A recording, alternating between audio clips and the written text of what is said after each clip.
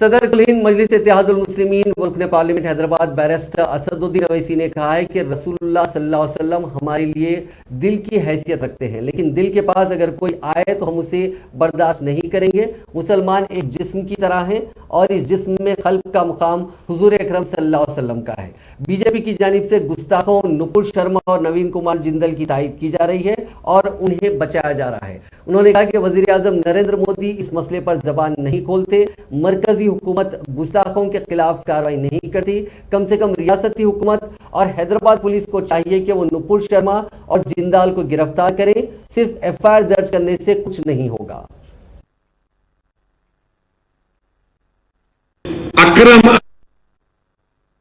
नगर के एमएलए जिसका नाम श्रीनिवास गौर को कत्ल करने के सिलसिले में बीजेपी के साबिका एमपी के घर में कूदकर दिल्ली ने वहां से एक एक्यूज को ला सकती है, तो आप नहीं ला सकते। ये लाना चाहिए, आपको लाना चाहिए, इंसाफ का तकाजा है ये। और फिर लोग बोलते कि असदुद्दीन ओवैसी ये बात कर रहे, मैं जो बात कर रहा हूं दलाइल देकर कह रहा हूं, फिर आपके सामने वही बात रख रहा हूं।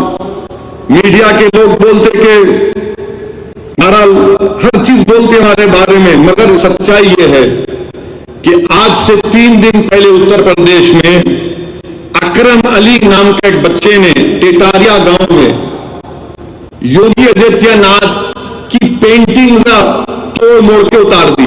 पुलिस पहुंच गई, जेल में भिजा दी उसको। अकरम अली नाम था। आप इनको नहीं अरेस्ट करेंगे।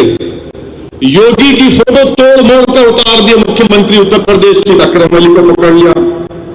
फिर इसके बाद आपने एक ब्रिजेश यादव है बलिया के, 2017 में 500 की नोट मोदी जी ने गायब कर दी थी, तो उन्होंने एक वीडियो बनाया कि 50 दिन हो गए मोदी जी, क्या हुआ।